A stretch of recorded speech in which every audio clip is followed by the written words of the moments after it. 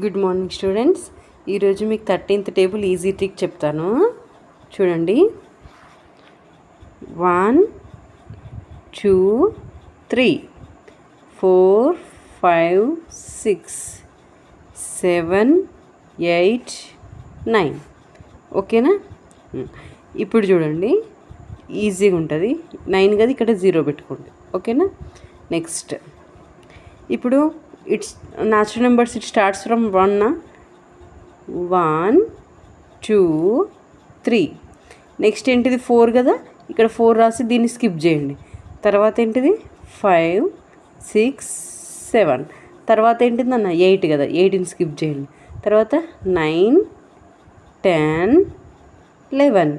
Next ఇక్కడ 12ని skip చేయండి. Next ఏంటిది? 13. 13 10 130. 13 1 13, 13 2 26, 13 3 13.